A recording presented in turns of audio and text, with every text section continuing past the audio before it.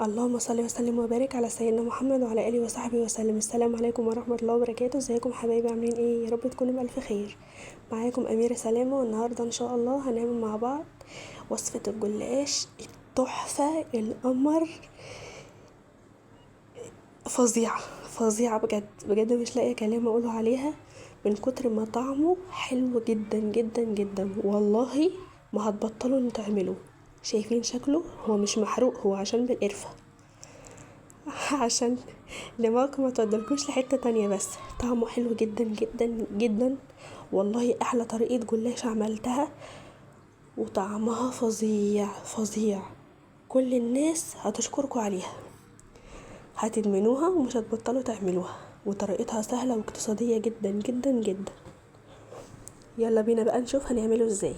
معايا لفة جلاش، لفة تكون طازة كده وحلوة مش مقطعة. معايا كمان نص كوباية سمنة سايحة. معايا كمان معلقة ونص كبيرة من القرفة، معلقتين كبار من السكر البودر، 4 معالق كبار من السوداني المفروم، ناعم او خشن حسب راحتك. هقلبهم كويس جدا على بعض.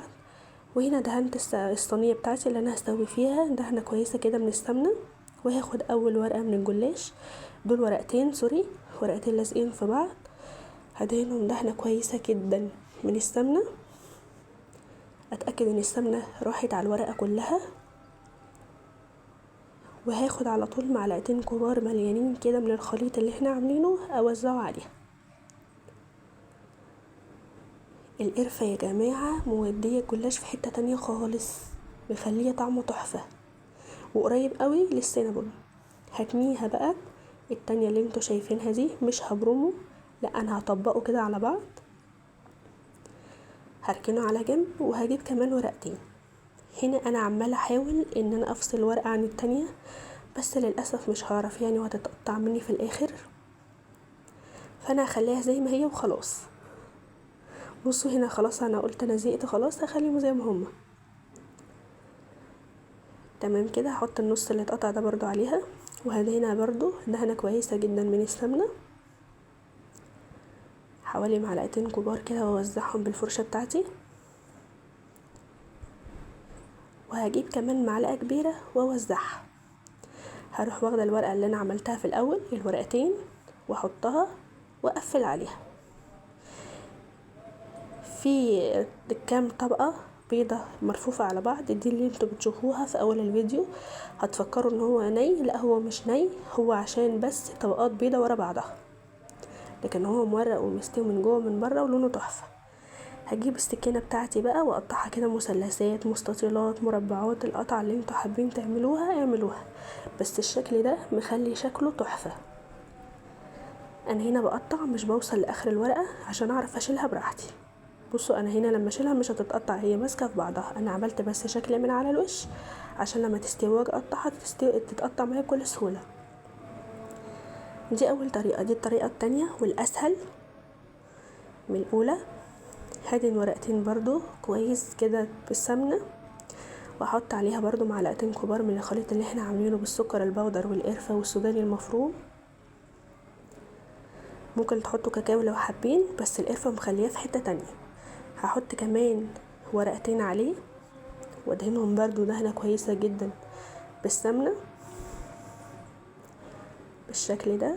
طبعا الفرشة بتسهل جدا. وهحط معلقة كبيرة من الخليط اللي احنا عاملينه.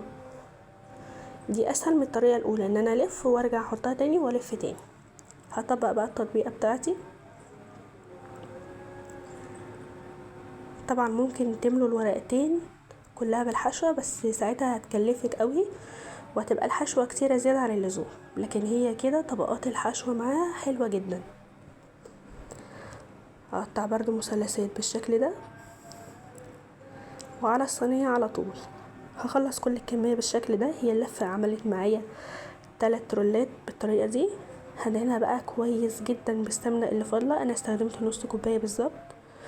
هدهنها كويس جدا جدا من الجوانب ومن فوق، وادخل كده في الفتحات المثلثات اللي انا مقطعاها دي.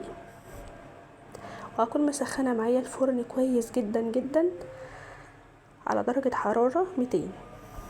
هدخله على الرف الوسطاني لغاية ما ياخد لون من فوق ومن تحت ويبقى لونه ذهبي وحلو. طبعا انا قبل ما اعمل الجلاش بتاعي كنت عامله الشربات عباره عن 1.5 كوباية من السكر، عليها 1 كوباية من الميه، ومعلقه صغيره من عسل الكلوكوز او عصره نص ليمون. هيغلوا معايا كويس جدا جدا على البوتاجاز، وهشيلهم في التلاجة يبردوا تماما. هنا الجلاش بتاعي بعد ما طلع باللون القمر الخرافه ده، لونه حلو جدا جدا. هجيب الشربات بتاعي بقى بعد ما برد تماما وهسقي على طول. هنا الشربات معايا غامق لاني بصراحه انا عاملاه بسكر تموين اللي هو بيبقى لونه بني فاتح ده، فعشان كده الشربات غامق، لكن انا مش ضايفه عليه اي حاجه عشان نبقى صراحه مع بعض. يعني حطيت كميه الشربات بتاعي وهحاول كده اسقي الاطراف بتاعته من كل الجوانب، وباي حاجه هعلي تحت الصينيه كده بحيث ان الشربات يتفضل في الجنب اللي فيه الجلاش بتاعي بالشكل ده. مش هغطيه ولا اي حاجه. لو انت عايزه الجلاش طري من فوق ومن تحت غطيه، هيبقى طري معاكي، لكن انا بصراحه بحب القرمشه بتاعته فانا مش هغطيه خالص، هسيبه بس لغايه ما يشرب الشربات بتاعه بالشكل ده. ما تفضلش ولا نقطه من الشربات.